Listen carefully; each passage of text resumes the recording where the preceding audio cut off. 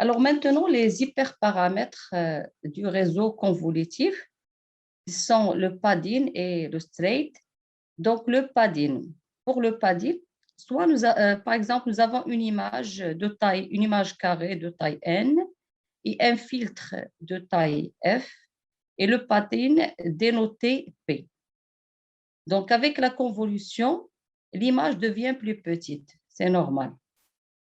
Donc, les pixels des bords et des coins sont beaucoup moins utilisés, c'est-à-dire ce sont des pixels qui ne font pas partie du traitement. Donc, pour résoudre ce problème, donc, il suffit d'entourer l'image par des zéros. Donc, on parle d'une tamponner l'image. Alors, P, ça peut prendre 1, ça peut prendre 2, etc. Par exemple, si GP est égal à 1, ça veut dire que je vais entourer une seule fois l'image par 0. Si c'est 2, je dois entourer 2 fois. Pour les types de padding, nous avons deux types. Nous avons valid convolution non padding lorsque P est égal à 0 et nous avons same convolution.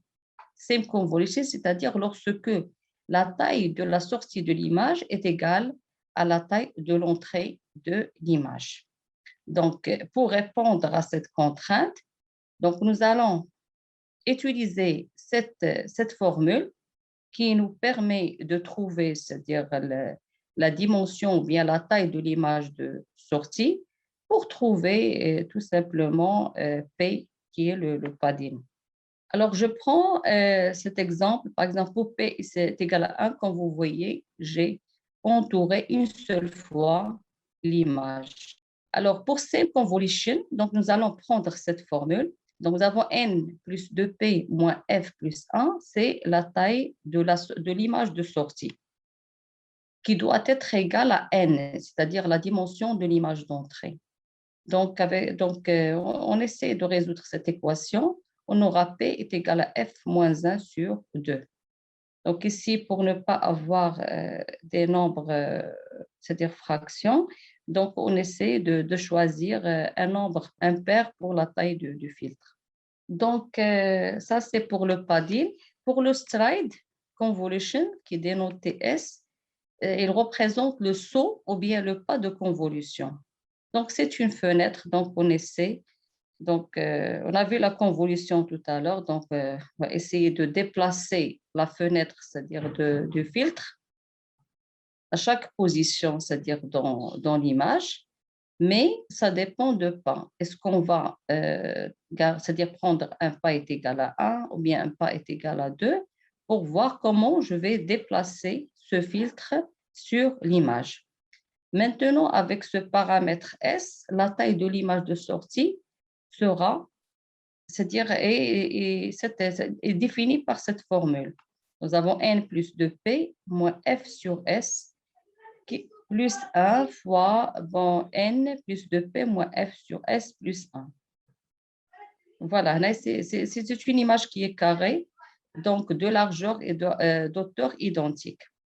Donc, pour le réseau de neurones convolutifs, appelés aussi les CNN ou bien ConvNet, sont des réseaux de neurones multicouches, c'est-à-dire qui est constitué de plusieurs couches.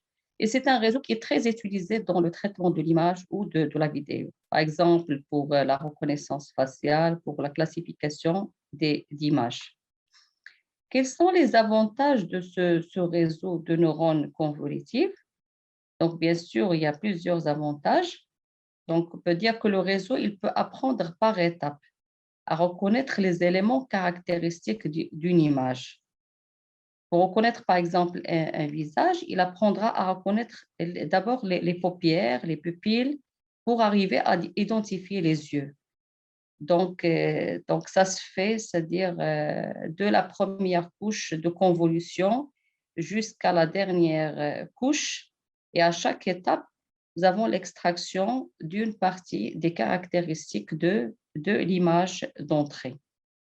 Donc, une fois un élément appris à un endroit de l'image, le réseau sera capable de le reconnaître n'importe où d'autre dans l'image. Donc, parce qu'il a déjà, c'est-à-dire, il s'est entraîné, c'est-à-dire à reconnaître cet objet.